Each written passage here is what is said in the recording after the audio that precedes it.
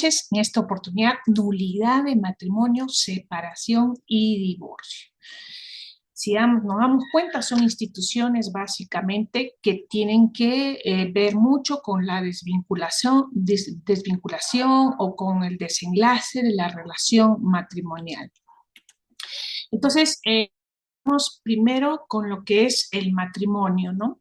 El matrimonio, de acuerdo a lo que nos señala el artículo 234, es un acto jurídico, digamos, sui generis, ¿no? Que tanto existen teorías que probablemente señalen que el matrimonio es un acto jurídico independiente con sus propias características, o que también puede ser, desde la teoría contractual, un contrato, ¿no?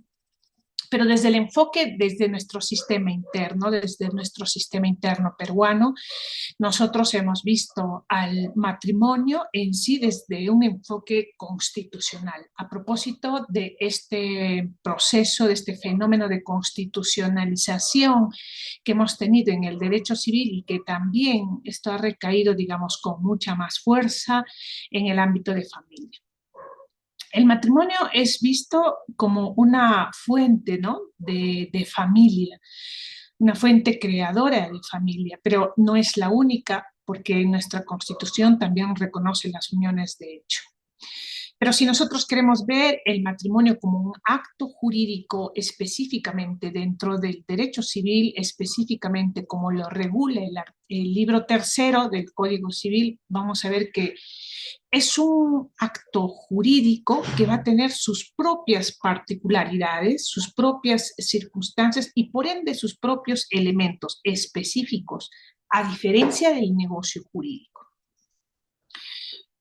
El matrimonio es uno de los actos jurídicos más formales que están regulados con independencia de lo que es el testamento.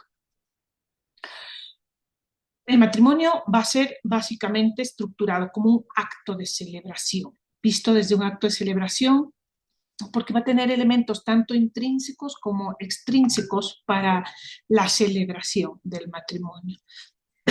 Entonces, no es propiamente dicho el acto jurídico que requiere simplemente el consentimiento de las partes, sino que adicionalmente, bajo la formalidad que se requiere, estamos hablando de un acto de celebración que va a generar un estado de familia. Como nosotros sabemos, el derecho civil crea relaciones jurídicas y el matrimonio es un acto jurídico que crea una relación jurídica familiar. Esto es así porque cuando se celebra el matrimonio, al crearse esa relación jurídica, la situación jurídica, la posición jurídica de la persona se modifica. Se modifica porque su posición jurídica, la situación jurídica en la que se encuentra va a ser la de casado. Esto va a tener efectos tanto personales como, digamos, patrimoniales. Pero adicionalmente a eso, el matrimonio va a generar un estado de familia. El estado de familia es una situación de hecho constante que, digamos, a veces vamos a ver que el estado de familia en el Código Civil, el legislador reconoce consecuencias jurídicas a este estado de familia. Y un claro ejemplo de este estado de familia es el matrimonio. El matrimonio es un estado de familia, crea un estado de familia. Porque adicionalmente a que el 234 nos pueda decir que el matrimonio es, digamos, tiene como fines la unión de las parejas o la vida en común, también va a tener un conjunto de deberes y derechos para los cónyuges. Y estos deberes y derechos, digamos que en esa relación jurídica no se limitan hacia ellos, sino se expanden a los miembros de la familia. Y esto obviamente ha sido formado, ha sido creado justamente por esa unión, ¿no? de dos personas. Entonces, ¿cuál es la estructura que tiene el matrimonio como acto jurídico? Es un acto jurídico porque es un hecho tan relevante que crea consecuencias jurídicas. Y dijimos que una de las principales consecuencias jurídicas es la modificación de la situación jurídica del individuo. Pero en la estructura del acto jurídico del matrimonio, nosotros vamos a encontrar algunos elementos que van a, digamos, a componer todo el acto jurídico y que este acto jurídico va a tener tanto requisitos intrínsecos como requisitos extrínsecos. Los requisitos intrínsecos básicamente están constituidos por el consentimiento de los contrayentes y algunos otros elementos que ya iremos hablando, como es la aptitud nupcial, la formalidad. Mientras que los requisitos extrínsecos que abordan la celebración de este acto jurídico van a estar plasmados en ese acto administrativo que implica la intervención de una autoridad competente. Digamos que tiene también tanto un enfoque desde el derecho civil y, por qué no decirlo, desde el ámbito administrativo, porque es en el ámbito administrativo, digamos, donde se consolida, donde se formaliza, donde se concretiza, ¿no?, con la intervención de la autoridad competente para finalmente concluir en este acto jurídico. En la estructura ya específica del matrimonio como un acto jurídico, nosotros tenemos el artículo 234 del Código Civil, que básicamente nos describe los elementos que componen este acto jurídico. Adicionalmente, esta disposición normativa nos señala que el fin es hacer vida en común. Este hacer vida en común vamos a nosotros verlo de manifiesto, por ejemplo, en el divorcio. Cómo es que si se cumple o no se cumple esta vida en común, que fue la finalidad creada, ¿no es cierto?, para la realización de este acto jurídico. Entonces, en el artículo 234 nosotros vamos a encontrar que el legislador nos señala que es la unión de un hombre y de una mujer. Entonces ahí tenemos nuestro primer elemento, que es la diversidad de sexos o la heterosexualidad, como quieran llamar. Todavía no hemos incorporado digamos, la participación de los sujetos, digamos, con sexos similares o, como se dice, parejas homosexuales. Por ahora estamos con diversidad sexual o heterosexualidad.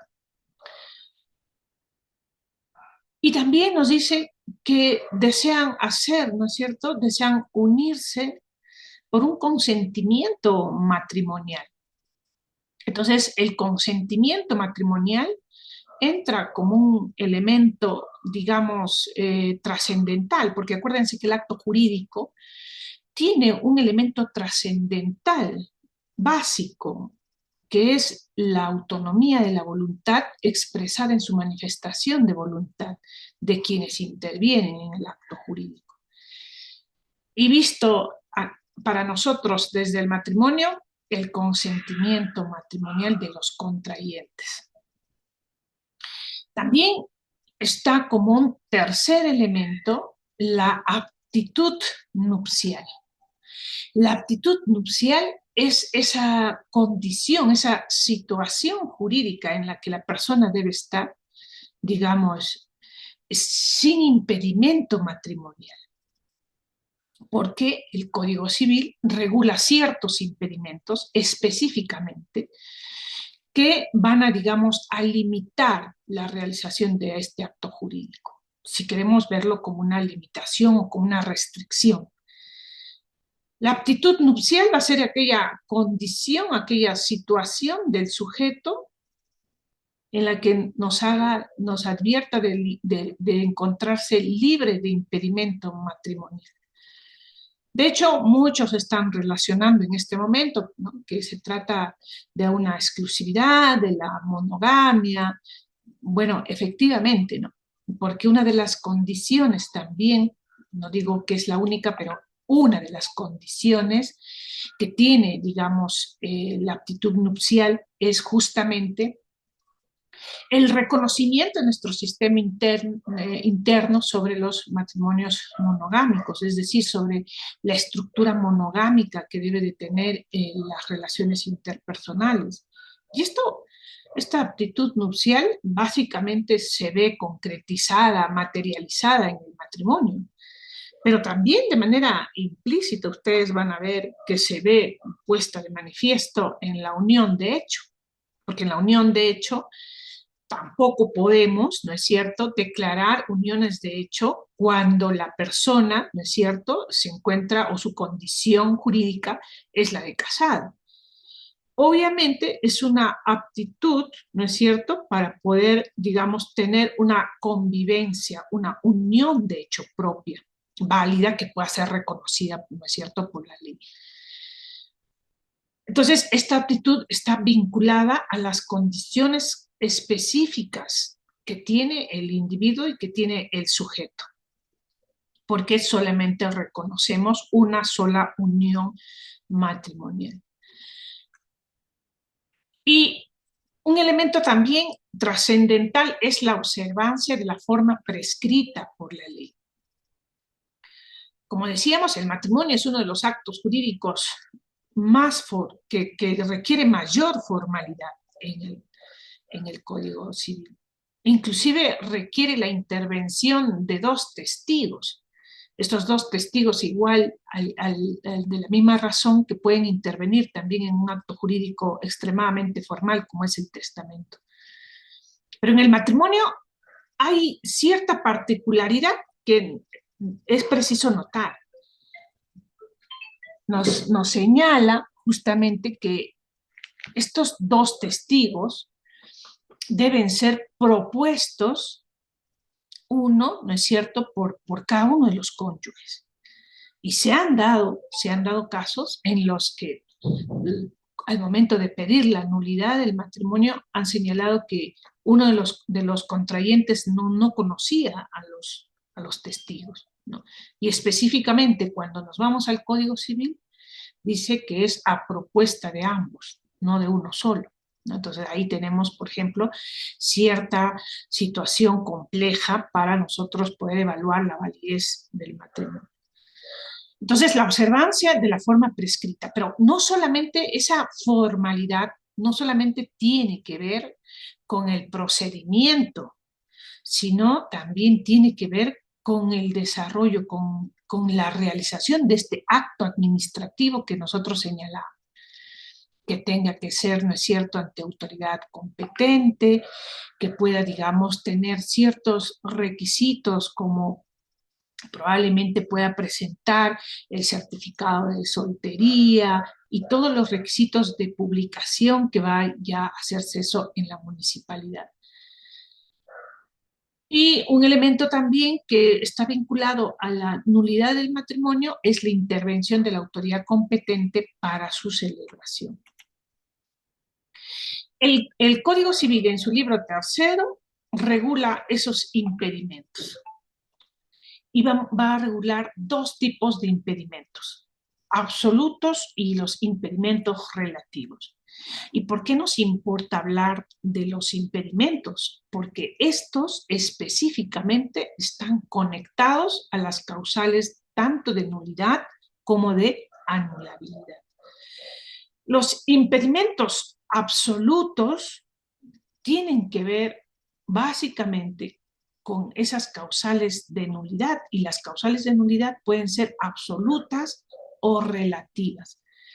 Y las causales de anulabilidad van a estar, digamos, vinculadas a los vicios que se tiene en el consentimiento. Pero fíjense, y aquí quiero hacer una pausa, cuando nosotros hablamos de invalidez del matrimonio, nosotros vamos a hablar de aquellas causas o aquellas circunstancias existentes al momento de la celebración. Al momento de la celebración. Es muy importante esto, diferenciar los momentos, porque nosotros vamos a advertir que, por ejemplo, en una de las instituciones, como es el divorcio, también vamos a tener causales específicas. Y en ambos casos podemos encontrar incluso causales que puedan, digamos, tener cierta coincidencia, ¿no? Como puede ser, por ejemplo, una enfermedad grave, transmisión sexual o la homosexualidad misma. Entonces, cuando nosotros podemos aplicar esas causales y evaluar es justamente en los momentos. Los impedimentos absolutos y relativos presentes, ¿no es cierto?, hasta antes de la celebración del matrimonio. Pero pueden surgir situaciones derivadas o causas devenidas, ¿no?, después del matrimonio. Entonces, esas circunstancias ya no serán, digamos, invocadas o ya no serán, digamos, puestas como un tema de impugnación, sino ya serán, digamos, invocadas como una causal de disolución del matrimonio, que es el divorcio.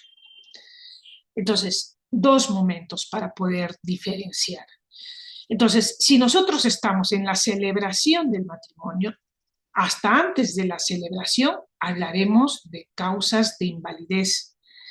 Tanto puede ser de nulidad como de anulabilidad.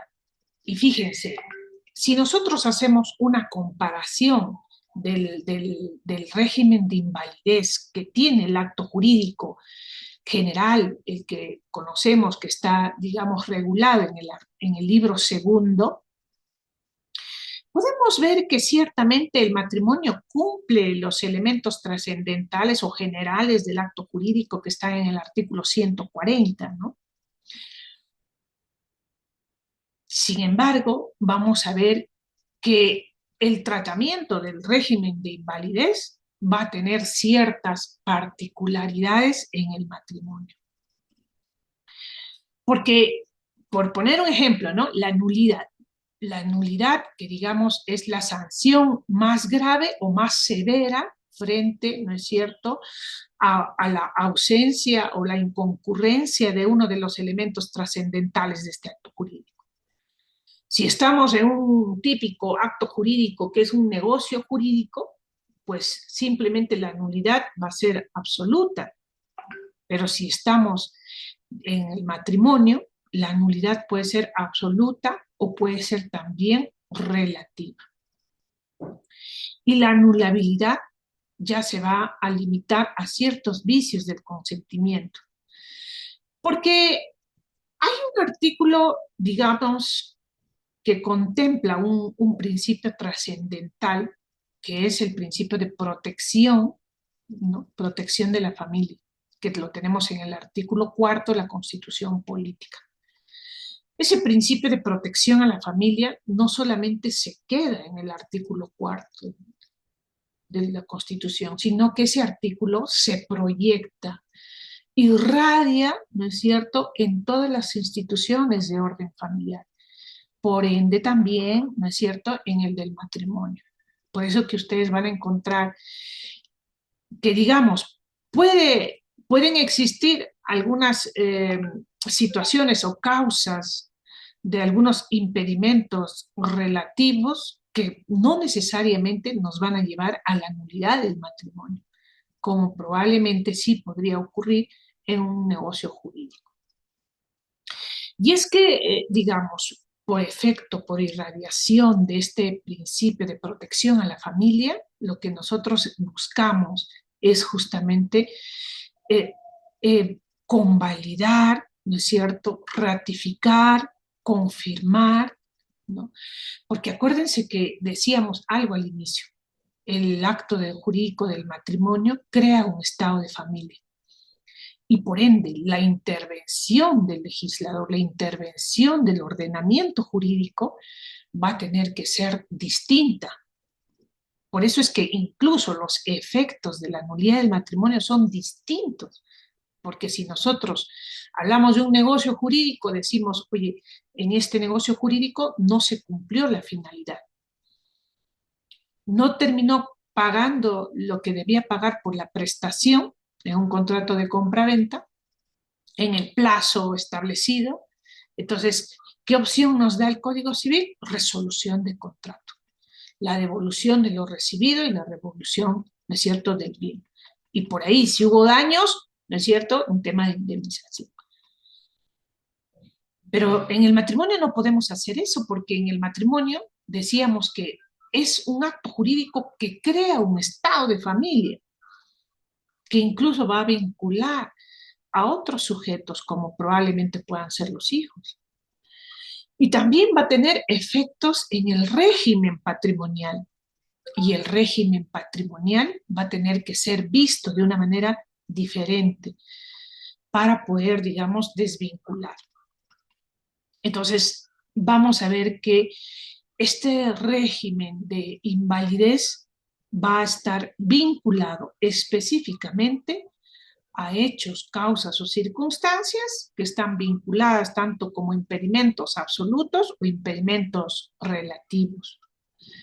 Mientras que, a diferencia del divorcio, ¿no? En el divorcio, básicamente, lo que se ha hecho o lo que ha existido o lo que ha devenido es, digamos, el fracaso matrimonial. Sea porque se fracasó en la finalidad de hacer vida en común, o sea porque se incumplieron los deberes. Los deberes, ¿no es cierto?, asumidos a propósito del matrimonio. Entonces, el divorcio sí va a tener las causales específicas y como antesala al divorcio podemos tener la separación de hecho y la separación convencional, que digamos van a ser instituciones que van a todavía tener cierta expectativa, ¿no?, de poder, digamos, proteger a la familia antes de llegar al fracaso o a la disolución del matrimonio. Entonces, vamos a ir viendo, ¿no?, qué, digamos, elementos encontramos nosotros para la validez del matrimonio. Si nosotros queremos ver un acto jurídico como es el matrimonio y evaluar la validez, tenemos que ver, ¿no?, por ejemplo, en el Código Civil, las causales específicas de nulidad y anulabilidad. Y si es que hubo vicios del consentimiento. Además, respecto a la simulación, que dicho sea de paso, no está regulado en nuestro sistema interno esta posible simulación. Ya les voy a ir comentando algunos casos, algunas teorías que de pronto ahora surgen como innovadoras. Entonces, tenemos un régimen de invalidez del matrimonio. Miren, antes de entrar a este régimen de invalidez de matrimonio, yo quiero hacer, digamos, una pausa para poder diferenciar del régimen de invalidez del acto jurídico. Y ustedes se habrán preguntado siempre, ¿no? Si el matrimonio es un acto jurídico, yo podría solicitar la nulidad bajo las causales del artículo 219, si es que pretendo la nulidad o la anulabilidad bajo las causales del artículo 221, que son, digamos, causales generales, ¿no?, de un régimen de invalidez del acto jurídico general.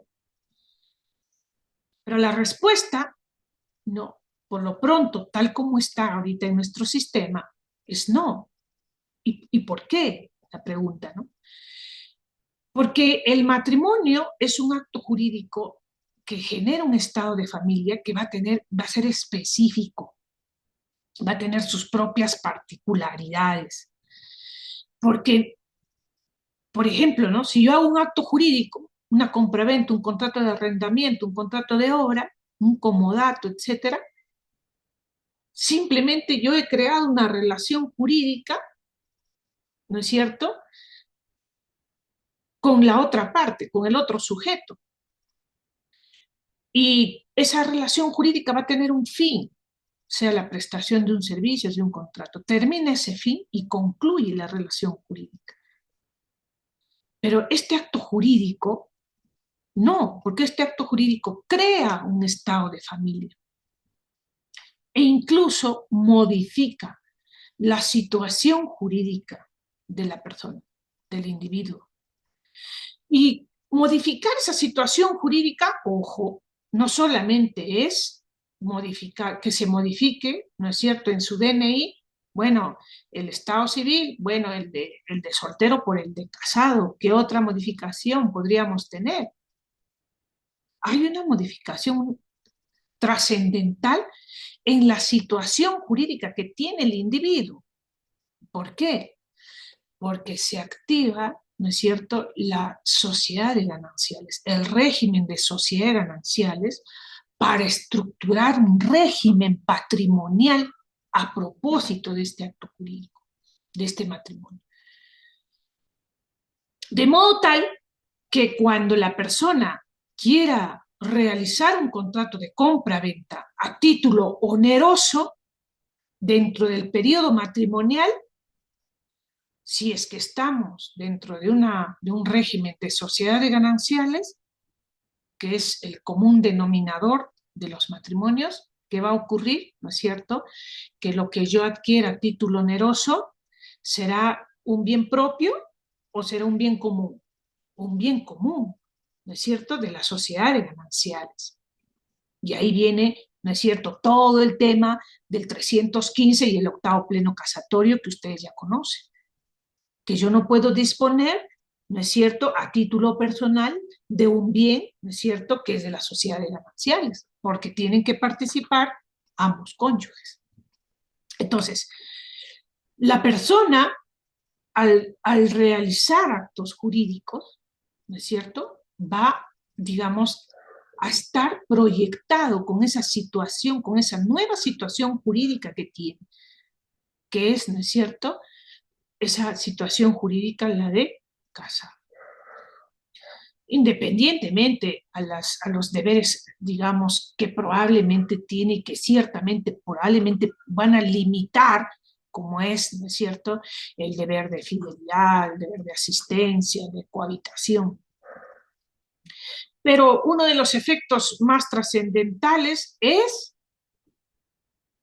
el régimen patrimonial, salvo que los contrayentes hayan decidido, ¿no es cierto?, contraer matrimonio bajo el régimen de separación de bienes, que eso va a ser otra historia.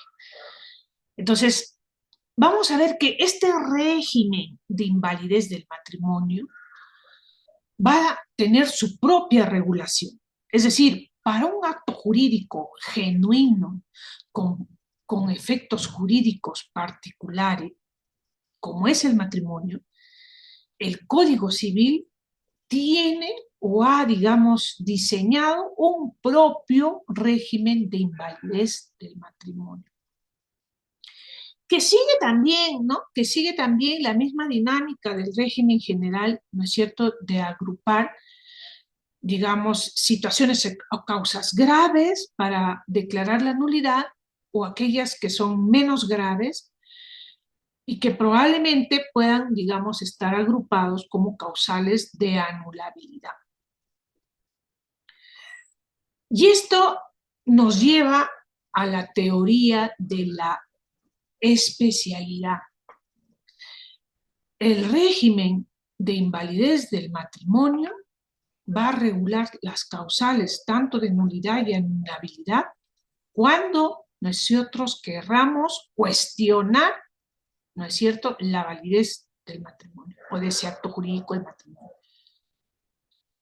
La tesis de la especialidad que ha asumido nuestro legislador, que ha asumido nuestro Código Civil en el libro tercero, de hecho es una, digamos, es una tesis implícita, porque no vamos a encontrar en el inicio del libro tercero que estamos asumiendo esta posición de la tesis de especialidad y por eso estamos regulando un régimen de invalidez propio para el acto del matrimonio. No, ya al regular su propio régimen de invalidez, asumimos, ¿no es cierto?, esa tesis de la especialidad.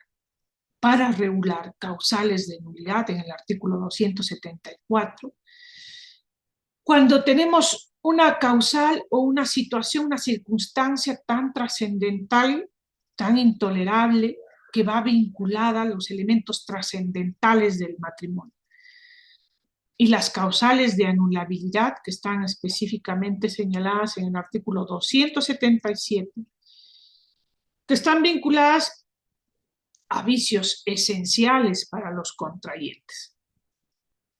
Unos vicios también de error que ustedes van a encontrar que hoy en día, digamos, no ocurre con mucha frecuencia, ¿no? Como es, por ejemplo, antiguamente había, les hablo de los 80 y de los 90, esa posibilidad de que el contrayente, digamos, entiende estar casándose con alguien, ¿no es cierto? Por ejemplo, con una mujer, cuando en realidad, digamos, era un hombre, ¿no? Probablemente en situaciones de hermafrodismo o ciertas patologías genitales, que hoy en día, bueno, de hecho eso hace rato ya se aseguraron que no va a ocurrir. Por eso decimos siempre que hoy por hoy el libro tercero debe ser modificado en muchas instituciones que hoy en día, digamos, ya no cumplen esa finalidad con la que, digamos, fueron creadas. Teniendo en cuenta también que el libro tercero fue creado, ¿no es cierto?, o se le encargó, fue responsable del libro tercero, el maestro Héctor Cornejo Chávez, que era justamente un jurista sumamente conservador, ¿no? Antidivorcista, por así decirlo. Por eso es que ustedes van a encontrar muchas normas que restringen justamente el divorcio, ¿no? ¿Por qué? Porque se creía que eso era algo que no debía ocurrir, ¿no? Y que si ocurría sería, digamos, situaciones excepcionales. Hoy por hoy la realidad nos ha demostrado, digamos, lo contrario. Más después de pandemia que se han triplicado los procesos de divorcio. Entonces, la anulabilidad va a estar vinculada a vicios esenciales, pero también no solamente la identidad del contrayente, sino también ha estado vinculada, por la experiencia en muchos casos que he tenido, ha estado vinculada también a ciertas, digamos, condiciones o situaciones en la persona que probablemente uno de los contrayentes no sabía, ¿no? Desconocía.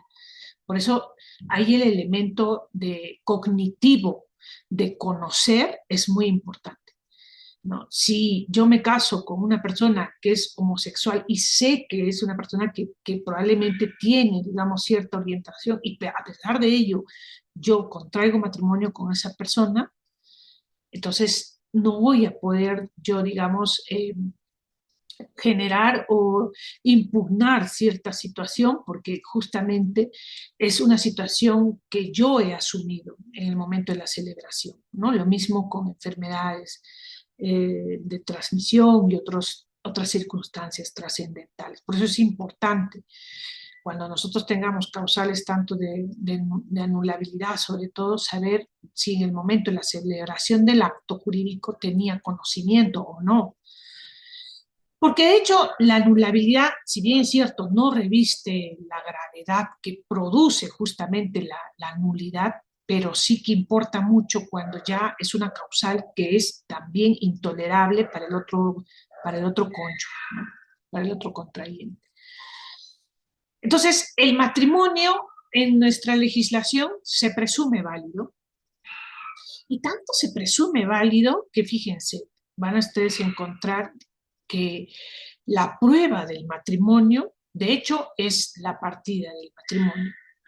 Pero también el legislador señala que si no hubiera una partida de matrimonio, porque probablemente, es cierto, en la municipalidad no lo registraron, esta se incendió, desapareció, múltiples circunstancias, entonces el mismo legislador señala que se hará valer el estado de familia. Si se verifica que ellos han tenido ese estado de familia en el que han venido, digamos, comportándose, ¿no es cierto? Y proyectando a la sociedad como una relación matrimonial. Entonces, el legislador le reconoce eso. Por eso el estado de familia es sumamente importante en las instituciones familiares. A veces no hay pruebas, a veces incluso conversábamos con algunos abogados en la mañana, ¿no? Ellos hablaban de que la prueba de ADN es una prueba vinculada sí o sí a los procesos de impugnación o filiación. Y yo le decía, no necesariamente, está el estado de familia. Entonces, el matrimonio se presume válido. Por ende, al presumirse válido, no opera, digamos, las causales de invalidez del matrimonio, tienen que ser causales anteriores al día del matrimonio y no opera, digamos, ipso iure, de pleno derecho. Y por ende requiere, ¿no es cierto?, su probanza. Entonces, en un régimen de invalidez de matrimonio específico, al que necesariamente tenemos que recurrir por la tesis de la especialidad, y ustedes van a encontrar múltiples casaciones. Bueno, ahora último, hace 5 años, ya la Suprema no habla mucho de la tesis de la especialidad, pero anteriormente sí siempre tenían presente la tesis de la especialidad, que el régimen de invalidez del matrimonio tenga que ser visto por su propio régimen establecido, nulidad y anulabilidad. La nulidad señala, ¿no?, que la acción puede ser interpuesta por quienes tengan legítimo interés moral, económico y actual. Puede ser también interpuesta por el Ministerio Público. Y miren lo que trae la tesis de la especialidad. Si la nulidad fuese manifiesta, la declara de oficio el juez. ¿Eso es como efecto del artículo 220 de la nulidad manifiesta de los actos jurídicos? No. La nulidad manifiesta que estamos comentando es del artículo 275. Entonces, tanta es la tesis de la especialidad que hay muchos elementos que nos permiten visualizar esta tesis de la especialidad, que podemos afirmar que la nulidad manifiesta se puede dar en un caso concreto, específicamente en un acto jurídico del matrimonio. Y eso ha ocurrido así, ¿no? Ya hemos emitido nulidades manifiestas, ¿no?, ¿no es cierto?, de matrimonios, cuando hemos visto manifiestamente, ¿no?, evidentemente, o sea, es decir, ya existe una patente que solamente hay, digamos, un ápice de duda de que probablemente no lo sea, pero en realidad ya es latente, ¿no? Es evidente el hecho. Entonces, es posible declarar la nulidad manifiesta. Entonces, tiene su propia regulación, incluso hasta de nulidad manifiesta. Y en casos de nulidad, fíjense la otra diferencia, y es bueno hacer las diferencias para poder, digamos, comprender mejor, ¿no?, este régimen de invalidez del matrimonio específico que está regulado en el Código Civil. En el artículo 276 van ustedes a encontrar que la nulidad, la acción de nulidad no caduca. Y ya se habrán dado cuenta que es una diferencia, ¿no es cierto?, con la nulidad del acto jurídico, ¿no?, en general, con las causales del artículo 219, porque esas, ¿a los cuántos años caducan? Claro, a los 10, ¿no? A los 10 años. A los 10 años incluso hay una prescripción a los 10 y la anulabilidad a los 2 años. En este caso, no caduca la acción. Mientras que en el contexto de la anulabilidad sigue siendo esta de interés privado, no puede ser interpuesta por el Ministerio Público, ahí nos mantenemos en una rigidez de interés privado, no puede ser declarada de oficio por el juez, al igual que la anulabilidad de cualquier negocio jurídico, pero Aquí existe la posibilidad de convalidación por el transcurso del tiempo o por un acto específico confirmatorio. Y esto ustedes lo van a encontrar en el artículo 277. A diferencia de la anulabilidad, ¿no es cierto?, del negocio jurídico, para hacer una diferencia. No hay convalidación por el transcurso del tiempo. Hay, digamos, un acto de confirmación o de ratificación probablemente, pero no por el transcurso del tiempo. Entonces, tiene, digamos, particularidades este régimen de invalidez diferenciados a los generales. Un poquito para hablar de la tesis sobre la especialidad del régimen de nulidades de matrimonio. Si nosotros estamos en una tesis sobre la tesis de la especialidad, digamos, un tanto rígida, específicamente rígida, como lo dice en el derecho comparado, en la doctrina del derecho comparado, vamos a decir que en ese ordenamiento jurídico no se debiera admitir otro régimen que el establecido por ley, ¿no? Porque lo que estamos haciendo con esta tesis de especialidad es defender un sistema autónomo que responde a sus propias causales de nulidad y que resultan estas causales, este régimen diseñado, ser autosuficiente respecto a las causales del matrimonio y sus efectos y las personas legitimadas. Hoy por hoy diríamos, ¿no?, que la tesis de la especialidad yo considero deberá ser reformulada o relativizada, porque hay algunos supuestos de nulidad de matrimonio o fraude en el matrimonio que no están reguladas en el Código Civil, que ya vamos a ir comentando, y que por ende, ¿no es cierto?, requerimos una reformulación, si es que se va a continuar con esta tesis de especialidad, que se acoja, ¿no es cierto?, los demás supuestos que hoy en día con la tecnología, la globalización se han venido dando, o en su defecto se nos permita de manera subsidiaria, ¿no es cierto?, irnos por la nulidad virtual, esa del inciso 8 del artículo 219, que nos permite vincularnos, ¿no es cierto?, al artículo 5 del título preliminar, ¿no?, que todo acto jurídico celebrado contrario al orden público y a las buenas costumbres, obviamente sea nulo. También esta tesis de la especialidad tiene algunos argumentos, ¿no?, para su justificación.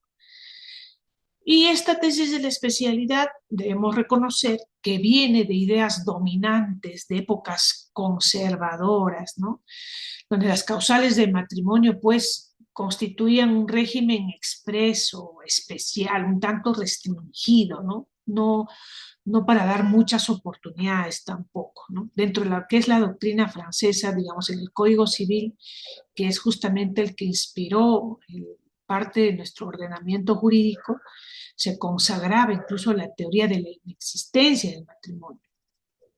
Y entre otras posiciones que también aborda desde el derecho canónico. ¿Cuáles serían las razones axiológicas, ¿no?, para nosotros sustentar esta tesis de especialidad? Bueno, el matrimonio es un acto jurídico de naturaleza trascendental para el orden social, porque acuérdense que, digamos, la familia, ¿no es cierto?, es la célula de la sociedad. Entonces está vinculado justamente, ¿no es cierto?, a una estructura social. Pero el matrimonio requiere normas especiales que regulen su invalidez, ya que esto va a acarrear necesariamente la disolución de la familia, la disolución o el cese de ese estado de familia, que a veces ni siquiera con una nulidad de matrimonio y un divorcio concluye, ¿no?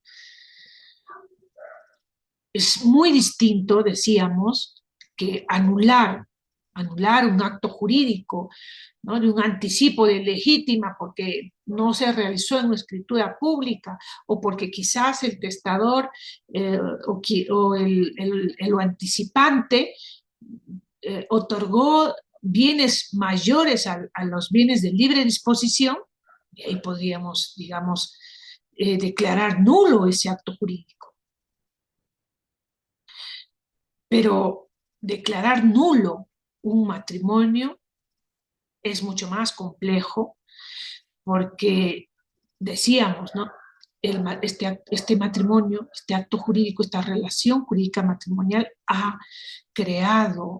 producido consecuencias jurídicas, sobre todo vinculadas al régimen patrimonial, que uno que ha dado origen, ¿cierto?, también a un sinnúmero de relaciones de orden familiar, entre derechos sucesorios, relaciones que los cónyuges tienen con los hijos, en la gestión de la dinámica familiar, en la gestión de la dirección de la canasta doméstica, de la asunción de la patria potestad, de la asunción de las cargas y deudas de la familia, digamos que es todo un régimen, ¿no? Entonces, no es, digamos, símil a anular un acto jurídico o cualquier negocio jurídico. También es importante ver otras tesis que, digamos, se relativizan de la tesis de la especialidad, que es la aplicación subsidiaria del régimen común de la nulidad de acto jurídico. Hacemos énfasis que nuestro ordenamiento jurídico responde a la tesis de la especialidad. Solo aprovecho 1 o 2 minutos para poder introducir un nuevo enfoque, ¿no?, que es la aplicación subsidiaria. Si dejáramos la tesis de la especialidad o pudiésemos mantenerla, pero como les decía, pudiéramos aplicar de manera subsidiaria el régimen común de la nulidad de actos jurídicos, ¿qué podríamos nosotros obtener de ello? Si fuera ello así, negamos nosotros que el régimen establecido sea autosuficiente. Y en parte, miren, sí que lo es. Es un tanto autosuficiente el régimen, responde a todos los supuestos. Nosotros, en la experiencia, podemos decir que no es autosuficiente este régimen establecido como para poder acoger los demás supuestos. O hay supuestos, digamos, que han quedado, ¿no es cierto?, en un umbral, en un ámbito de sombrío, ¿no es cierto?, en el que no va a estar regulado. Por ende decimos, ¿no?, que el régimen no es del todo autosuficiente, y por eso es que la nulidad del matrimonio, digamos, como una infraestructura con disposiciones específicas al sistema de nulidad de acto jurídico, probablemente no necesariamente debe ir apartado, ¿no? Puede recurrir al régimen común de la nulidad de actos jurídicos en ciertas situaciones, por ejemplo, no reguladas, que es lo que postulamos. ¿Y cuáles serían los argumentos? ¿Cuál sería la justificación? De hecho, sin perjuicio a las características particulares, específicas que tiene este régimen, la naturaleza del acto y la trascendencia de la acción, vemos que las normas del matrimonio deben conjugar y deben armonizar con las normas generales. Porque si hay un supuesto, de hecho, o hay un supuesto que no está regulado como causal en un régimen específico, entonces podemos proponer esta aplicación subsidiaria de estos últimos, porque no es distinto ni autónomo, es parte de todo un ordenamiento jurídico. Esta aplicación subsidiaria de las causales genéricas y sobre todo de la más genérica que es el inciso 8, que es la nulidad llamada por algunos virtual, que nos remite inmediatamente al artículo quinto. Y ojo, que el artículo quinto está, digamos, en el título preliminar. Y se entiende que el título preliminar, ¿no es cierto?, se proyecta a todas las instituciones y a todos los libros que componen el Código Civil. Entonces, una autonomía así consolidada y clara, mmm, pienso que puede estar vinculada a las causales del régimen común de nulidades de actos jurídicos, pero no apartada, ¿no? No desvinculada, digamos, del todo. Y las razones axiológicas es que estas causales que tenemos ahora en nuestro Código Civil no resuelven la validez y la invalidez, por ejemplo, de los matrimonios por simulación. Y se han dado casos de matrimonios por simulación. Entonces, la complementariedad, de hecho, es una ventaja a los fines. Imagínense un matrimonio celebrado con un fin que es para otorgar o para adquirir la nacionalidad. Simplemente no se cumplió la finalidad que establece el artículo 234, que es, ¿no es cierto?, la vida en común o hacer vida en común. Nunca se cumplió ni un solo día. La pregunta es, ese acto de matrimonio que tuvo una finalidad solo para que uno de los contrayentes adquiera una nacionalidad, la pregunta ¿es un acto ilícito? ¿Está regulado en el Código Penal? ¿Es un fraude al matrimonio? Y como fraude al matrimonio, ¿cómo lo acoge el Código Civil? ¿Cuál de estas causales podrían ser imputadas para la nulidad?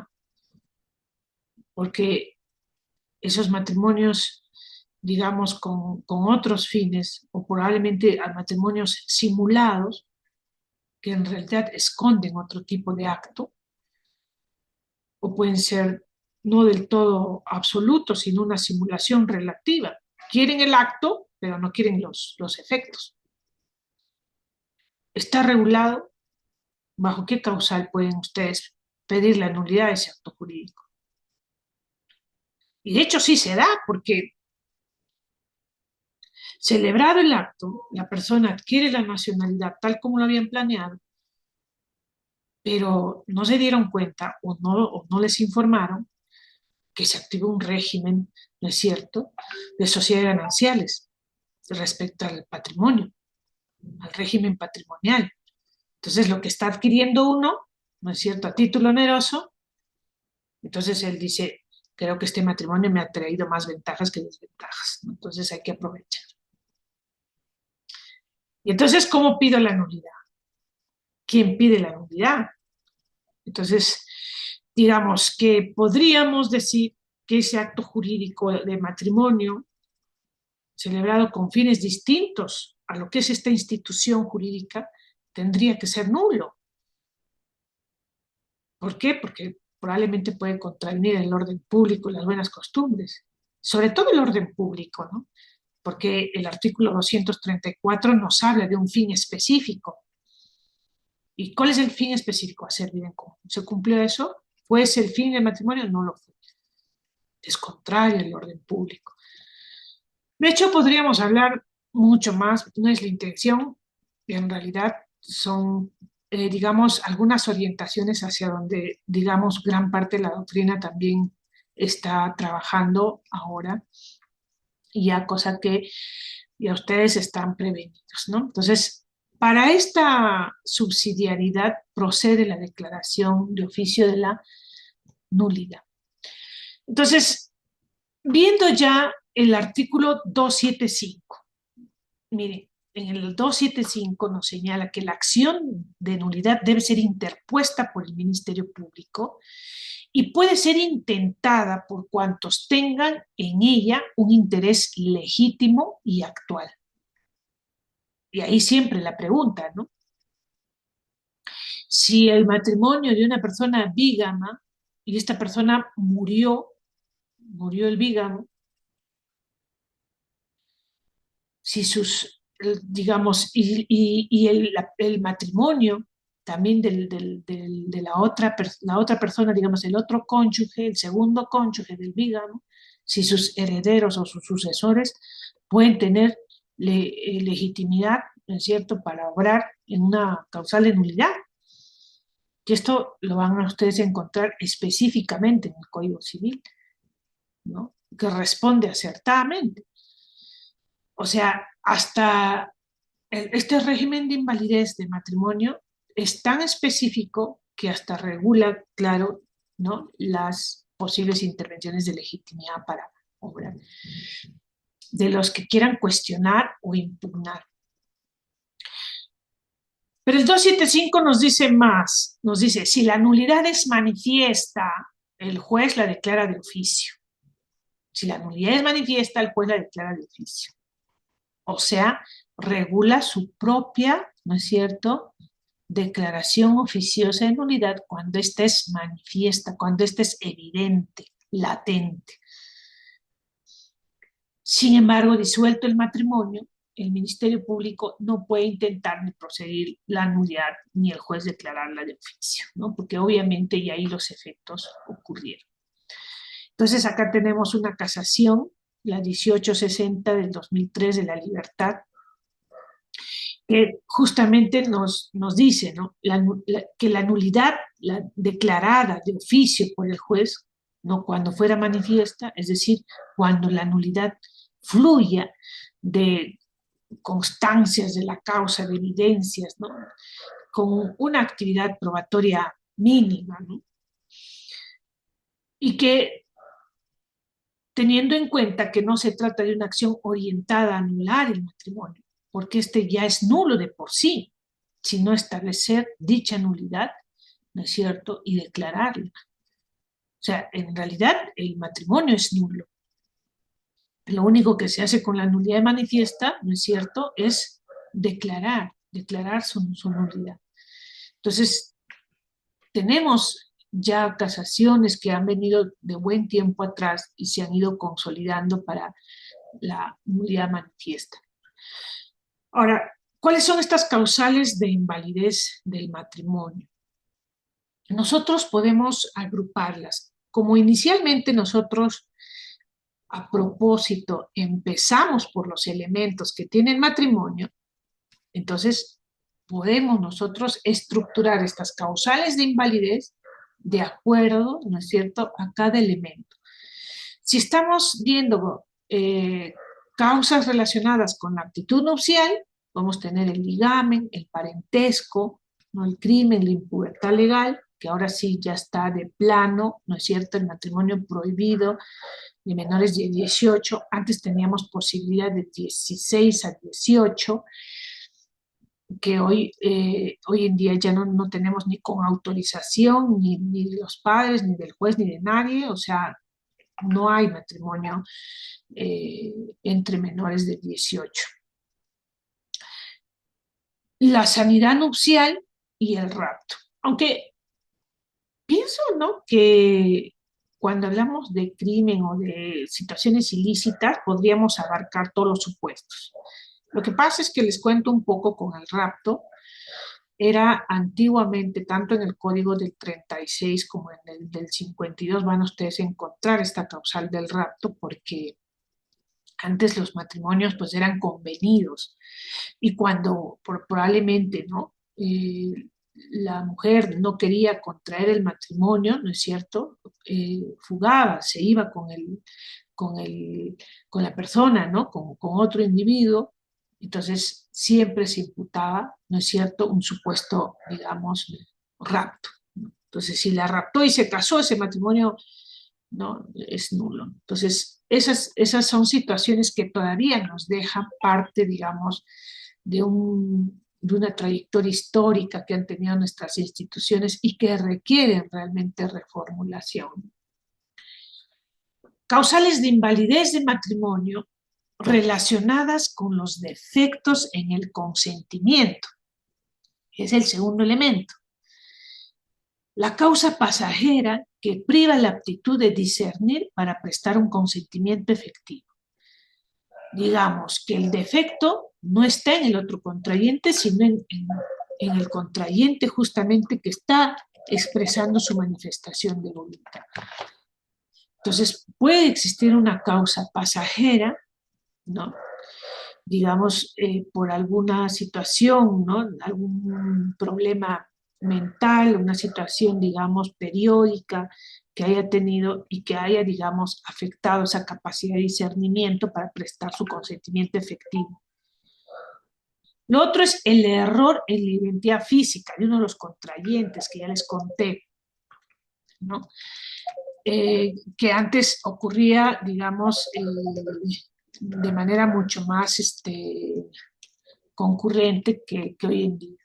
O por ignorar algunos de los defectos sustanciales del mismo que haga insoportable la vida en común.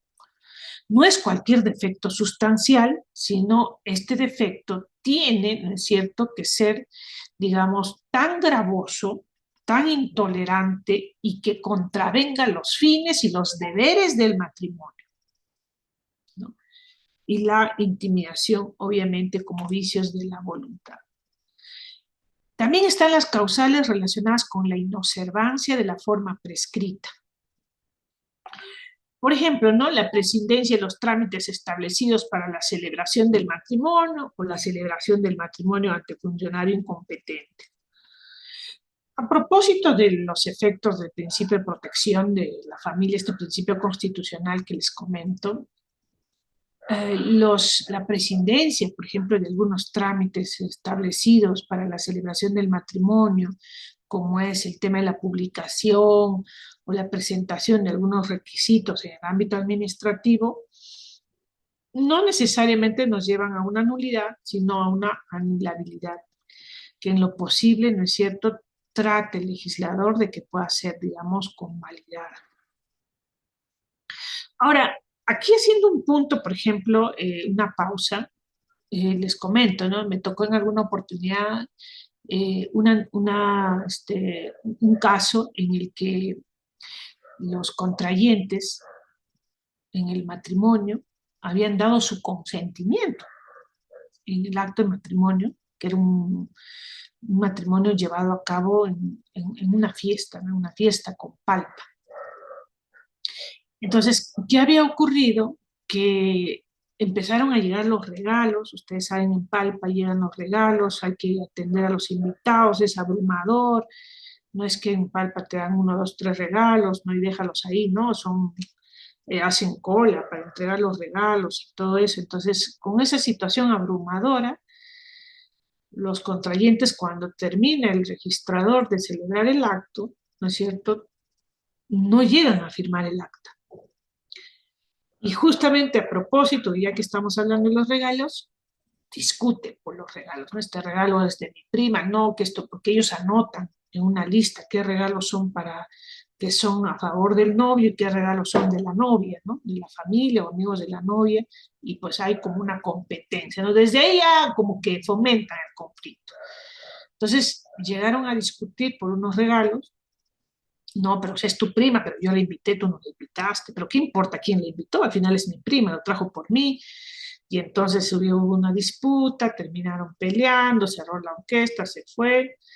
Entonces, ¿qué dijeron? ¿Qué hacemos? O sea, ¿es divorcio o es nulidad de matrimonio? Entonces, lo plantearon como una nulidad de matrimonio. Y dijeron, bueno, trajeron la nulidad de matrimonio y obviamente el acta, les comento, estaba en blanco. No lo habían firmado. No habían firmado el matrimonio.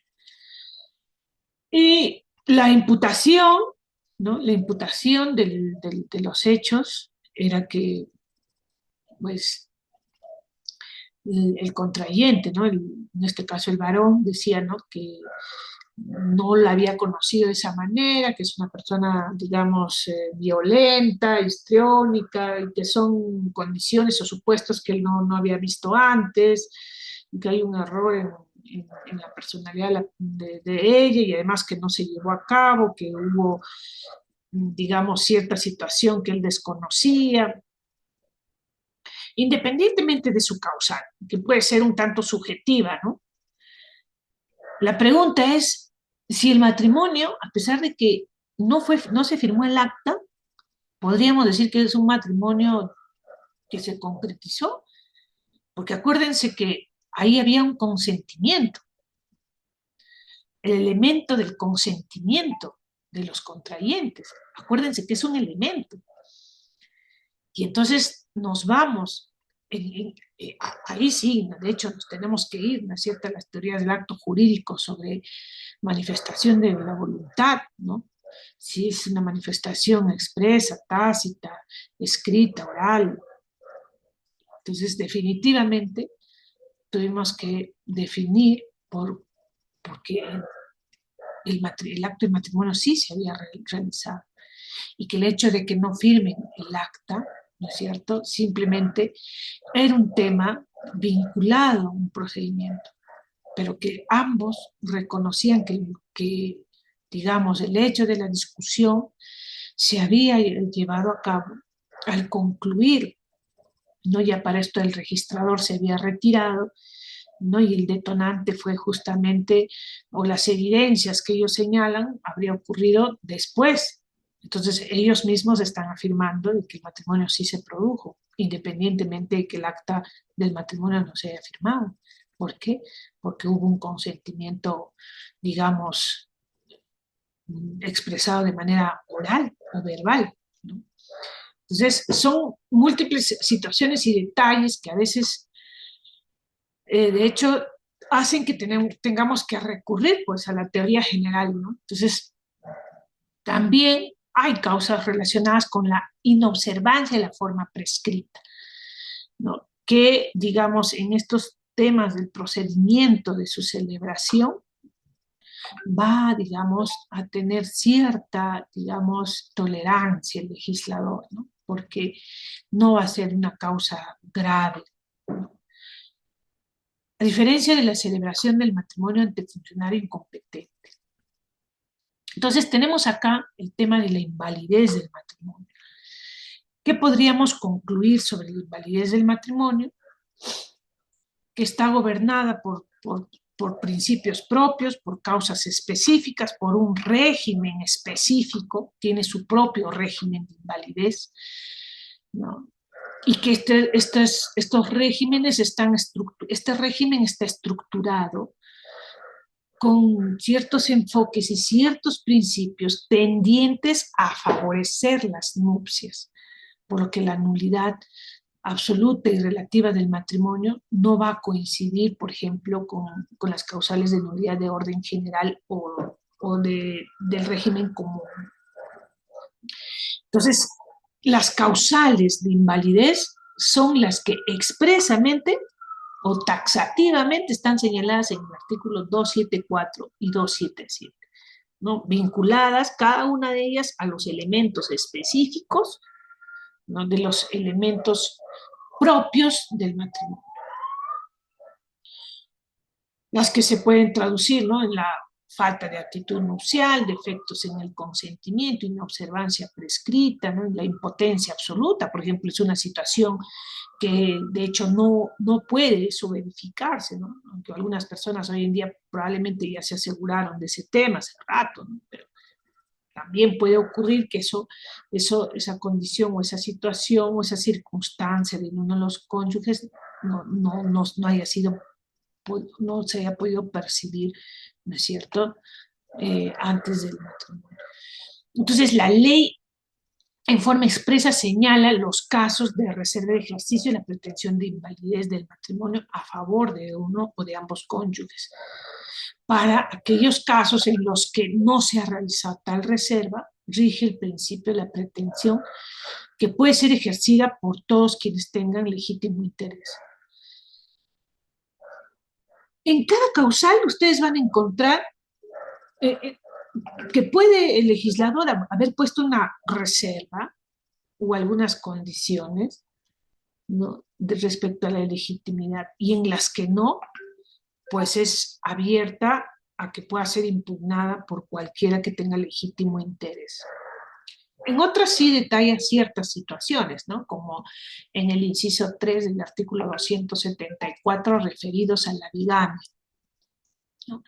Y nos da supuestos en los que el segundo cónyuge, ¿no es cierto?, puede interponer esa nulidad de matrimonio, ¿no?, en casos, ¿no?, en los que probablemente haya habido, digamos, la disolución del primero o quizás haya habido un divorcio del primer matrimonio.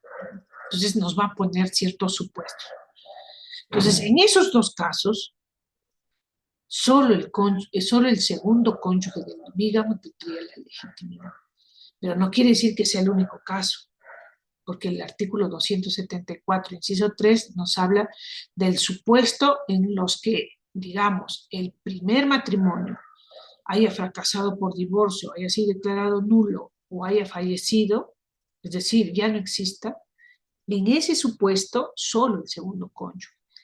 Pero si está vivo el primer cónyuge, y si es que todavía sigue vigente ese matrimonio porque nunca se divorciaron ni declararon su nulidad, ¿no es cierto?, puede interponer también, ¿no es cierto?, el cónyuge del primer matrimonio. Entonces, hay reservas respecto, ¿no es cierto?, a la, digamos, legitimidad para la pretensión. La pretensión de la invalidez es imprescriptible, decíamos, porque está referida al estado de familia en sí mismo, ¿no? Sin embargo, este principio de promoción del matrimonio, porque nosotros en el artículo 4 de la Constitución no solo hablamos de protección de la familia, sino hablamos de un principio que promueve el matrimonio. Y al promover el matrimonio significa que va, digamos, a tener esos enfoques o esos principios tendientes a favorecer al matrimonio, a favorecer su vigencia, su continuidad. Y también el principio de promoción del matrimonio se regula expresamente en los casos en los que la unión matrimonial puede convalidarse.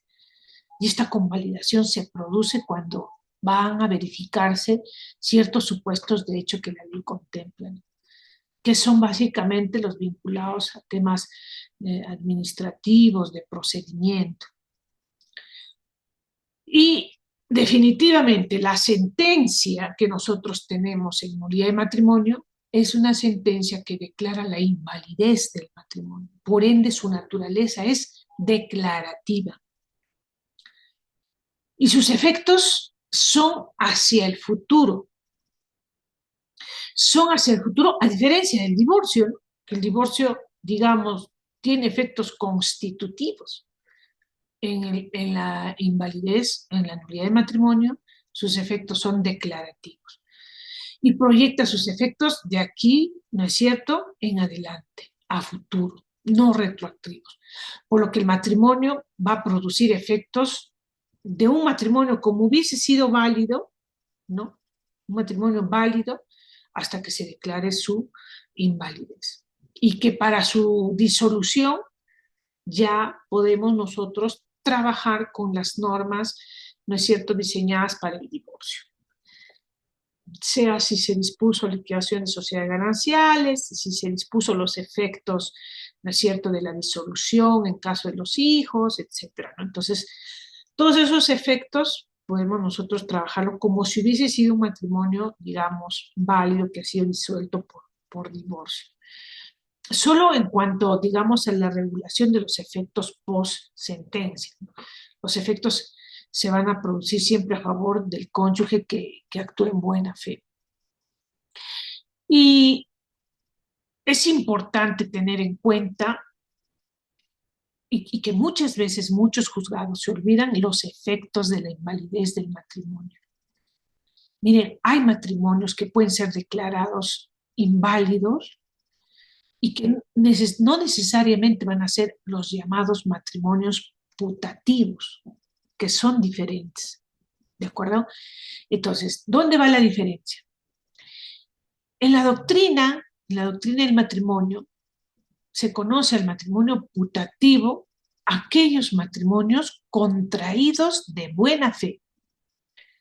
Y aquí entra a tallar la buena fe en el acto jurídico del matrimonio. Y el 284 nos va a dar la fórmula, ¿no? Nos va a decir, el matrimonio invalidado, ya vimos la causal de invalidez, ya está declarado. Pero ahora decimos, ¿qué hacemos con los efectos? Entonces decimos, el matrimonio invalidado produce efectos civiles respecto de los cónyuges y respecto de los hijos si se contrajo de buena fe. Como si fuera un matrimonio válido disuelto por divorcio, si es que se evidencia buena fe. Y acuérdense que la buena fe se presume, lo que se tiene que acreditar que es, ¿no es cierto?, la mala fe. Y si hubo mala fe en uno de los cónyuges, basta en uno de los cónyuges, el matrimonio no produce efectos en su favor, pero sí respecto, ¿no es cierto?, del otro y de sus hijos. Y la pregunta es, ¿no? ¿Podríamos decir que un bígamo, alguien que se casa por segunda vez, podría tener, digamos, buena fe? La buena fe, ¿cómo se enfoca? La buena fe está vinculada al valor axiológico, ¿no es cierto?, de cumplimiento normativo, de cumplimiento de normas, de cumplimiento de valores positivos. Ronald Dworkin, justamente en su libro los derechos en serio, específicamente habla sobre el concepto de la buena fe, vinculada a valores axiológicos. No podríamos hablar nosotros de una buena fe cuando, digamos, hay un reproche por parte del ordenamiento jurídico. Entonces, en esos casos vamos a evidenciar la mala fe, ¿no?, de uno de los contrayentes. Entonces, para aquel que tuvo mala fe, no habrán los efectos a su favor de una invalidez del matrimonio. Y esto tiene mucho que ver porque la parte más fácil a veces es, digamos, verificar la causal de invalidez. La parte más compleja en una decisión sobre nulidad del matrimonio es la valoración de la buena fe. Entonces, nosotros tenemos que verificar la buena fe de ambos, la buena fe de uno de los cónyuges o la buena fe de ambos, la mala fe de ambos cónyuges. El matrimonio va a surtir sus efectos como si se estuvieran divorciando. No va a haber una liquidación de sociedades gananciales equitativa, tal como opera en el divorcio, si ambos tuvieron buena fe. Pero si ambos, basta que uno de ellos no haya tenido, digamos, buena fe, el matrimonio no puede surtir efectos para él, no podría beneficiarse. Y si en caso ambos tuvieron mala fe, como imagínense un matrimonio simulado, la relación será reputada como una unión de hecho. Entonces, ¿qué es un matrimonio putativo? El matrimonio putativo no es igual que un matrimonio, digamos, inválido.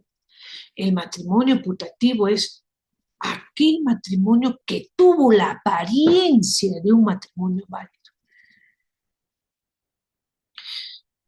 La apariencia de un matrimonio válido referida a que no debe faltar ningún elemento estructural en el matrimonio y donde debemos nosotros tener esa presunción de la buena fe, que importa justamente la ignorancia de los contrayentes de aquel motivo que está haciendo inválido el matrimonio. Y van a encontrar ustedes múltiples casaciones que dice que esta ignorancia del motivo invalidador del matrimonio debe estar presente al momento de la celebración, no con posterioridad. Al momento de la celebración debe existir esa ignorancia, ¿no?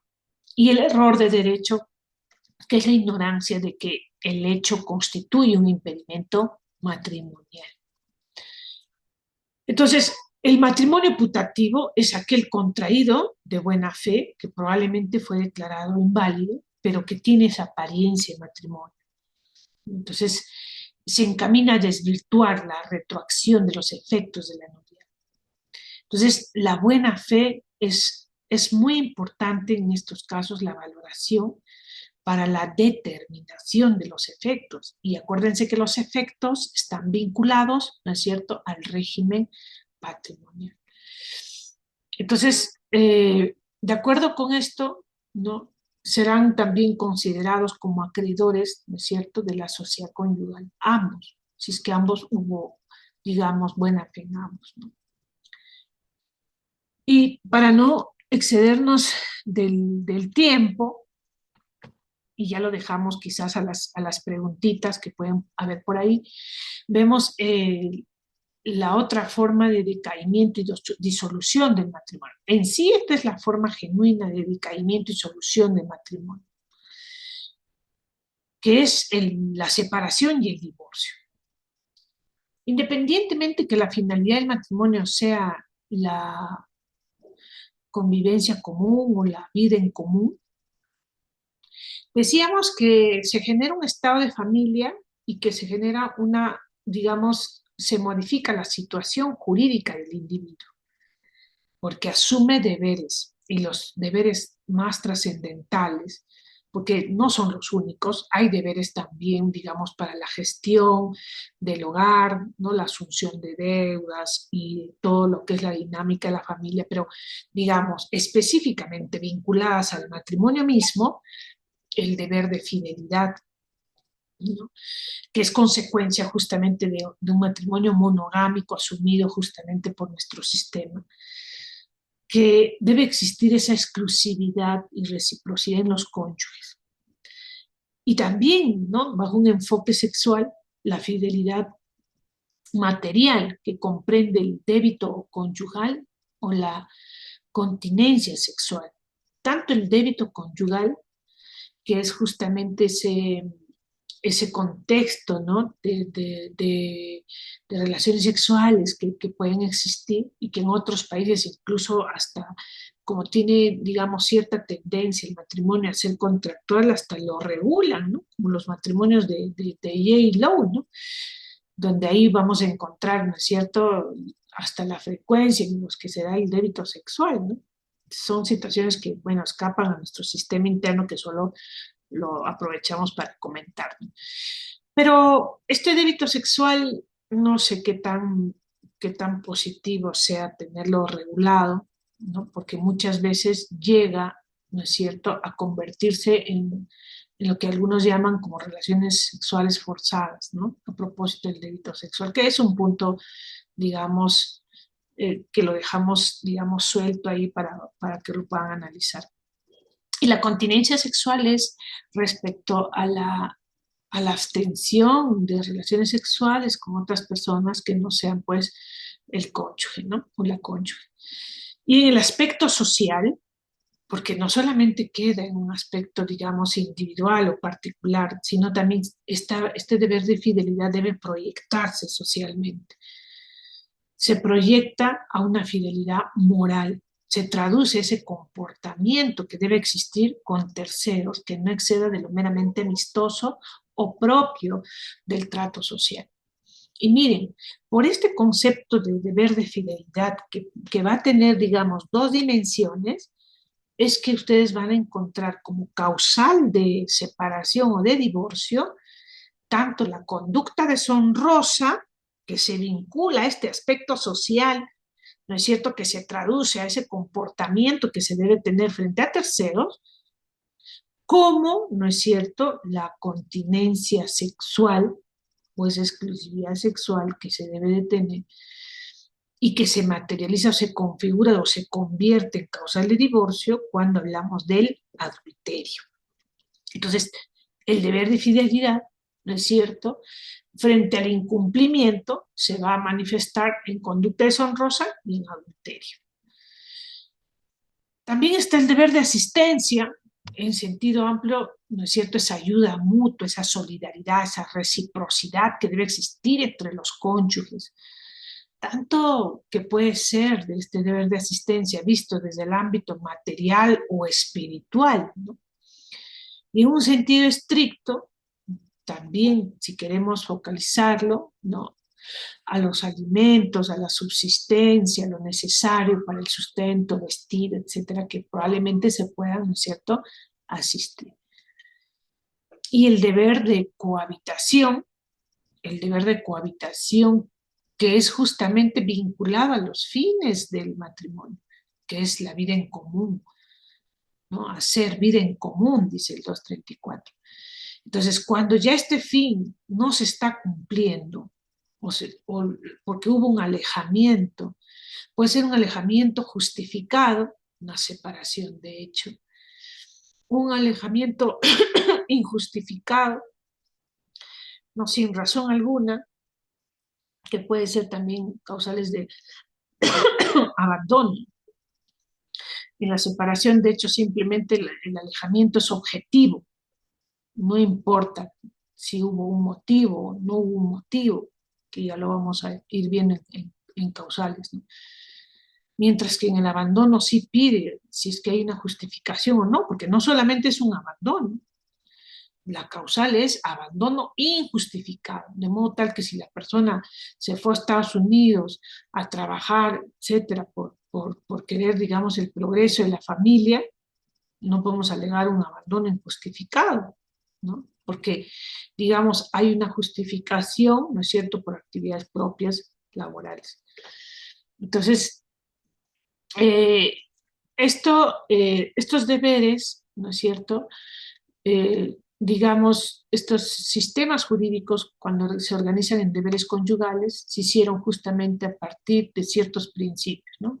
La potestad marital, la unidad y dirección, ¿no?, y la dirección conjunta que deben tener ambos cónyuges. Ahora, es importante en este decaimiento y disolución del matrimonio hablar de algunas instituciones. Separación de cuerpos, divorcio. La separación de cuerpos, digamos, es la que está regulada en sí, ¿no? Y es la que regula incluso las causales del artículo 333, que sirven también las mismas causales para el divorcio. La separación de cuerpos es justamente esa suspensión de los deberes, de esos tres deberes, deberes relativos al hecho, habitación, y a poner fin al régimen patrimonial de las sociedades gananciales. Pero en esta separación de cuerpos lo que estamos haciendo es autorizar, ¿no es cierto?, verificar que los cónyuges están, ¿no es cierto?, no están cumpliendo esa vida en común, no están haciendo vida en común. Y que por alguna situación, ¿no?, por alguna de las causales del 330 que ha ocurrido entre ellos, digamos, se está autorizando la separación, pero que se está dejando subsistente el vínculo matrimonial. Pero ¿qué hay del régimen patrimonial? También, el régimen patrimonial también va a estar suspendido. Y seguramente muchos de ustedes se estarán preguntando, estarán diciendo, pero ¿cuál sería el beneficio, ¿no?, de hacer un proceso de separación de cuerpos, en un proceso de conocimiento, para tener todos los efectos, ¿no?, de tener la suspensión de los deberes relativos al hecho, a la habitación, es decir, incluso los deberes de fidelidad, ¿no?, de asistencia, de cohabitación, y el régimen patrimonial también suspendido? Por la misma razón que ustedes están pensando, es que esta separación de cuerpos, de pronto, ¿no?, entre estos últimos 10 años, se ha vuelto, digamos, menos recurrida. A diferencia, por ejemplo, de lo que ocurría antes, ¿no?, hace 10 o 15 años atrás, que tampoco no era muy frecuente, sino por lo menos podríamos ver entre 5 o 7 procesos al año, ¿no?, en un juzgado. Hoy en día, ninguno. ¿Por qué? Porque digamos que cuando ya fracasó la relación matrimonial, ya se produjo el decaimiento, entonces es muy poco probable que las partes, digamos, inicien todo un proceso de separación de cuerpos donde obviamente va a haber una contienda, va a haber conflictividad, ¿no? Y quieran mantener el vínculo matrimonial, ¿no?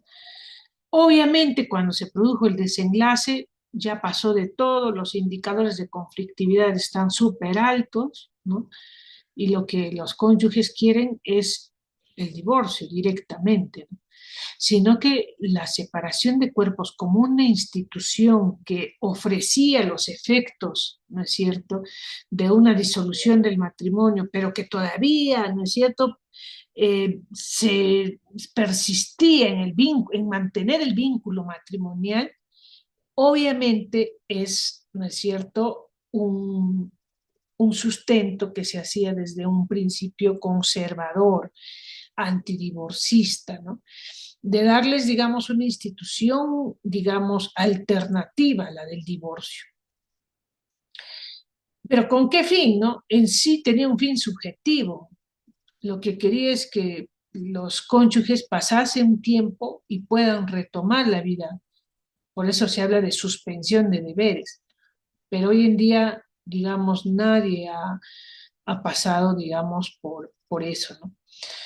Y sí que me he topado con gente que sí ha regresado después del divorcio, que no es tampoco una locura, pero bueno, se divorciaron y se volvieron a casar, ¿no? Entonces, no es, digamos, una institución, digamos, muy recurrida, ¿no? Pero que sí, esta separación de cuerpos importa también analizarla previa, porque de hecho va a tener las mismas causales que la del divorcio, ¿no? Entonces, vamos a ver que esta separación de cuerpos va a veces a ser una, también va a estar como una institución de antesala a la del divorcio, ¿no? Por eso se debe diferenciar la separación de cuerpos declarada judicialmente, que no es lo mismo que la separación de hecho que ustedes están pensando. La separación de cuerpos es aquella, ¿no es cierto?, que ha sido judicializada, donde se ha invocado las causales del 333, que son las mismas que utiliza la institución del divorcio. Y la separación de hecho es, por su propio nombre lo dice, es una situación de hecho que está ocurriendo, donde los cónyuges, ¿no es cierto?, se han alejado del hogar conyugal. Entonces hay una situación de hecho que merece, ¿no es cierto?, una intervención, que merece un abordaje. Entonces, los cónyuges ahí han dejado de hacer vida en común.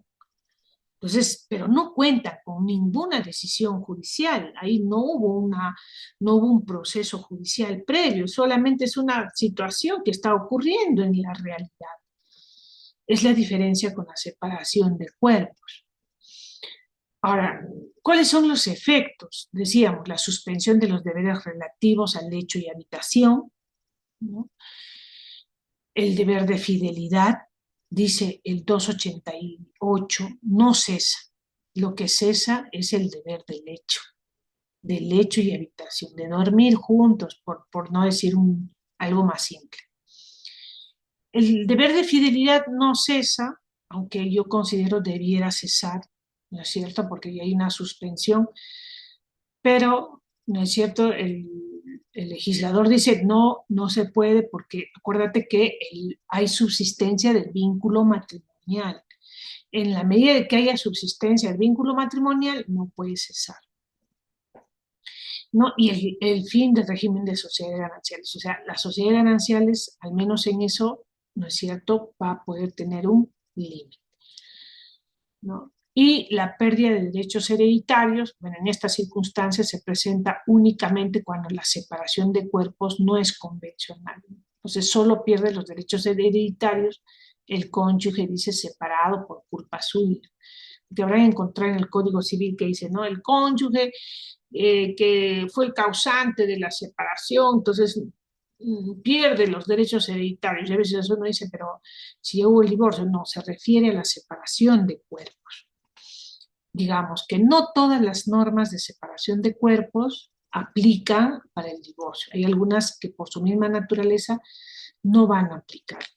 Tanto en separación de cuerpos como en divorcio hay que pronunciarse sobre los efectos del que tiene el matrimonio, no respecto a los cónyuges, sino respecto a los hijos, sea alimentos, tenencia, régimen de visitas o patria potestad. Entonces, ya ingresando al divorcio, nosotros tenemos dos tipos de divorcio, el divorcio sanción y el divorcio remedio. Miren, en el divorcio sanción son causas inculpatorias. El divorcio sanción exige la prueba de la culpa. O sea, aquí es una circunstancia subjetiva, porque está vinculada a la conducta o comportamiento que ha tenido uno de los cónyuges.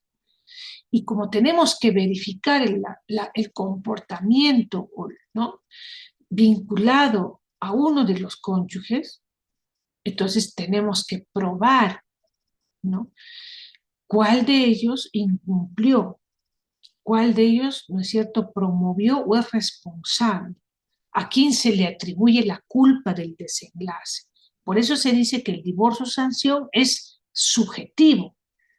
Subjetivo porque busca, ¿no es cierto?, en torno al cónyuge culpable, al comportamiento, a la conducta, a lo que él hizo. A diferencia del divorcio remedio, como en el divorcio sanción trabaja una situación de reprochabilidad, ¿no es cierto?, frente a una conducta realizada, el divorcio remedio tiene otro enfoque. No se alegan hechos imputables. No vamos a imputar un hecho a un cónyuge. Por eso se dice que es objetivo. ¿Por qué? Porque yo no voy a valorar, no voy a verificar la conducta de uno de ellos, sino voy a concentrarme en la situación objetiva. ¿Cuál es el hecho objetivo? Que los señores ya están separados, que ya se produjo el alejamiento, el hogar conyugal o del domicilio conyugal, ¿no? Entonces, probablemente, ¿no?, porque, digamos, se produjo ciertas situaciones intolerables que ya a los cónyuges por el transcurso del tiempo o por cualquier razón ya no quieren objetar. Ya ahí no hay un tema de reprochabilidad en la conducta del cónyuge. Entonces, ¿qué hago? ¿No es cierto? Yo voy a simplemente basarme en un hecho objetivo. ¿Cuál es el hecho objetivo? ¿No es cierto? Que la separación de hecho se haya producido, ¿no es cierto?, en el transcurso de 2 años. Y si es que tienen hijos menores de edad, pues el plazo se duplica a 4 años, ¿no? Entonces, ahí no voy a imputar, hay que tener cuidado porque en muchas demandas he visto, ¿no?, que dicen separación de hecho, no, que él me sacó la vuelta, que se fue con otro.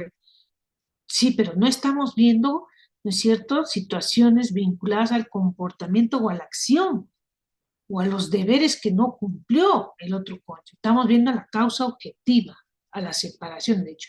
Salvo que plantees una reconvención, ¿no?, una acción reconvencional donde digas, no fue una situación objetiva, fue una situación subjetiva y yo imputo esta causal, ¿no es cierto?, a este cónyuge, porque él fue, ¿no es cierto?, el que cometió adulterio. Y ahora me vienen con una situación objetiva, ¿no? Entonces, son situaciones, digamos, distintas, ¿no? Entonces, el sistema peruano trabaja un sistema mixto.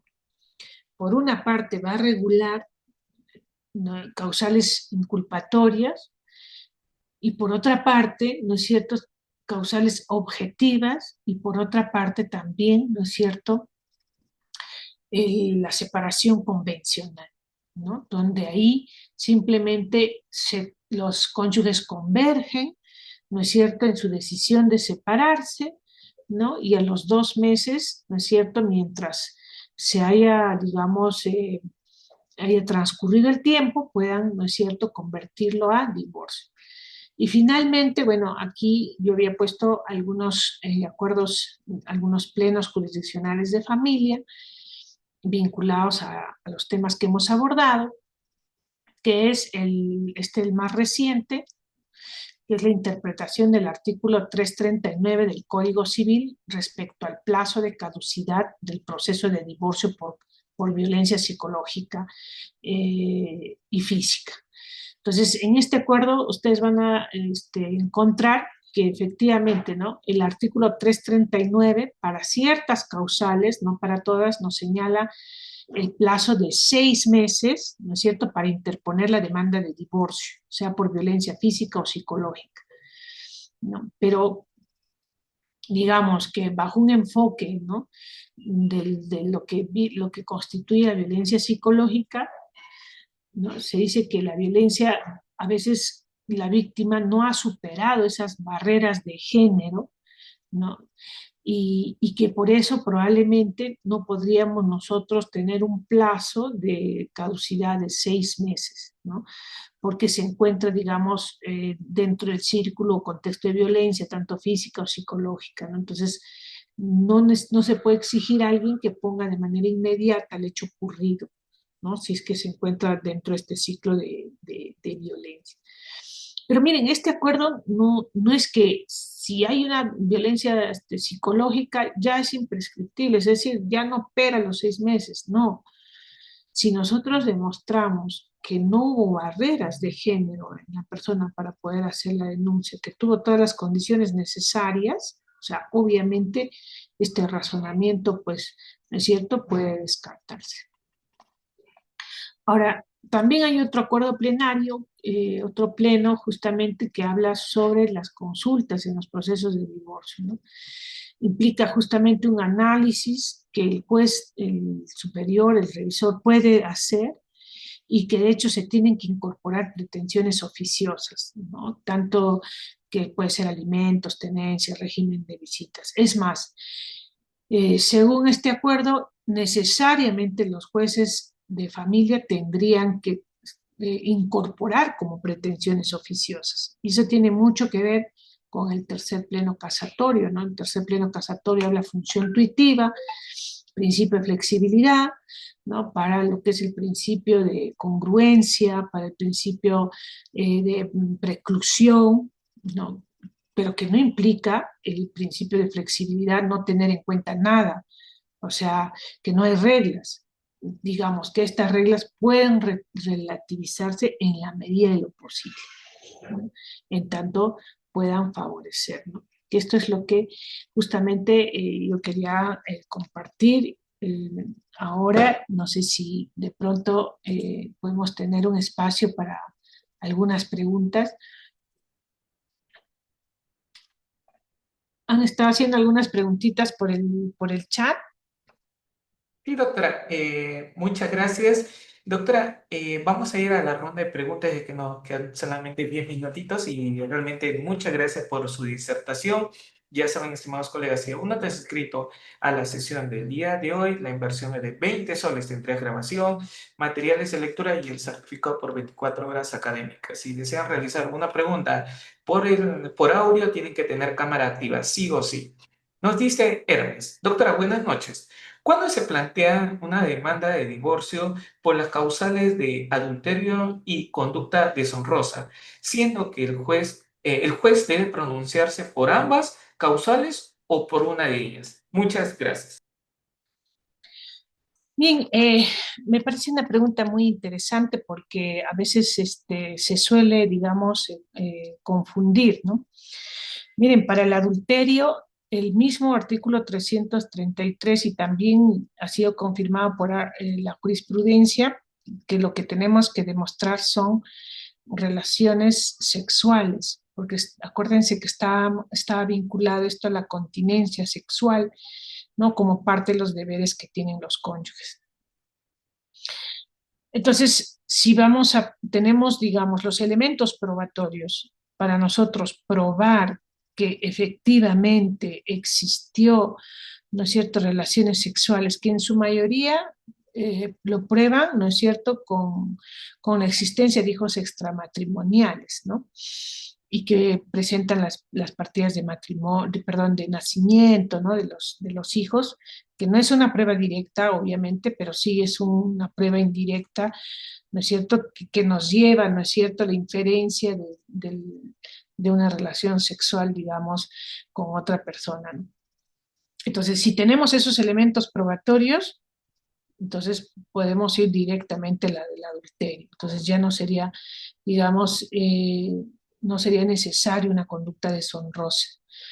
Ahora, si es una conducta deshonrosa, era justamente ese deber de fidelidad, digamos, desde un enfoque social, ¿no? Lo que los cónyuges proyectan hacia la sociedad, en un comportamiento de exclusividad, de pareja, de monogamia. Por eso se exige a los cónyuges cierto comportamiento prudencial y tolerante y que no pase sobre lo meramente amistoso.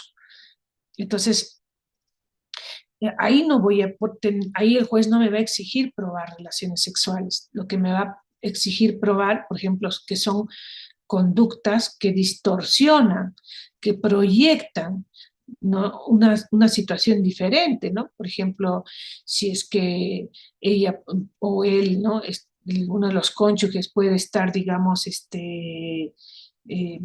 teniendo mensajes de chat, ¿no?, donde hay probablemente unas citas o donde probablemente de repente unas publicaciones en Facebook, ¿no?, o ciertas situaciones que rompen esa apariencia del matrimonio, ¿no?, que más bien nos llevan a pensar que hay una relación, digamos, de pareja con un tercero, ¿no? Entonces, en lo particular, cuando en muchos de los casos no han tenido esa posibilidad de probar esas relaciones sexuales, porque acuérdense que está dentro del contexto del ámbito de lo privado, entonces sí pueden probar, ¿no es cierto?, con otras evidencias, esa conducta deshonrosa, que es ese deber de fidelidad proyectado a la sociedad, ¿no?, lo que se proyecta como pareja. Entonces, no es necesario ofrecer los dos porque el adulterio ya subsume,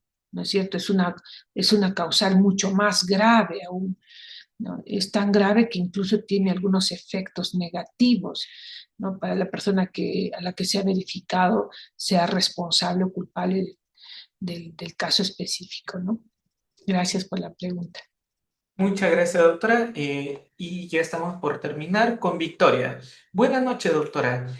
¿Qué sucede en el caso de la nulidad de matrimonio? ¿Cómo quedan los derechos hereditarios de la primera cónyuge con relación a los bienes adquiridos en el segundo matrimonio inválido? Gracias. Bueno, como les decía, el 284 nos da la respuesta, ¿no? Verificamos la buena fe. Si es que no hubo buena fe, no hay nada que liquidar en realidad, ¿no? Entonces ahí simplemente lo que opera simplemente son los medios probatorios sobre los bienes adquiridos y si ambos lo han adquirido de manera conjunta, ¿no es cierto?, se pueden dividir ya no como un beneficio de sociedades gananciales. Ahora, si es que hay digamos que hay una nulidad de matrimonio, normalmente he visto que la cónyuge del primer matrimonio, ¿no es cierto?, solicita la invalidez del segundo. Pero también he visto que vía reconvención, y me ha tocado varios casos, en los que la segunda también pide nulidad de la del primero, una reconvención. Y ambas imputan diferentes causales, ¿no? La primera imputa que se casó por bigamia y la segunda le contesta y le dice, más bien tu matrimonio es inválido porque cuando te casaste tenías 16 años, ¿no? O nunca viviste con él, etcétera. Entonces, va a haber una situación compleja. Entonces, ahí necesariamente tenemos que valorar, ¿no es cierto?, si hay una nulidad específica. Normalmente cuando la cónyuge, la primera cónyuge del bígamo es la que, digamos, solicita la invalidez, De hecho, va a ser fundado, que no hay forma nosotros de desplazar el primer matrimonio, ¿no? Porque el primer matrimonio es el que está vigente, es el que tiene la aptitud nupcial. El segundo, sobre el primero, ya tiene un elemento ausente, que es la aptitud nupcial. Entonces, ahí lo que básicamente, si vemos que hay, digamos, una buena fe por parte de quien contrajo, ahí en la misma sentencia, no se olviden siempre de alegar al juez, porque eso es lo más importante, incluso de la nulidad que declare el juez nulidad de matrimonio. Lo más importante es los efectos de esa nulidad. Entonces, en los efectos de esa nulidad, yo siempre he puesto, si hay buena fe, ¿no es cierto? Los bienes adquiridos dentro de esa relación, digamos, matrimonial de ese segundo matrimonio, va a operar para la cónyuge del segundo matrimonio. Y esto me suele pasar siempre porque muchos de los casos, ¿no? Fallece el bígamo, entonces la primera esposa que nunca vivió, que se apareció después de 30 años, ¿no? Sacó su partida de matrimonio del baúl, lo llevó a la ONP, lo llevó aquí, lo llevó acá, se declaró como heredero, etcétera. Y la señora nunca tuvo ni hijos, ni vivió, ni sabe de qué murió el señor, ¿no? Incluso pide la invalidez del segundo matrimonio.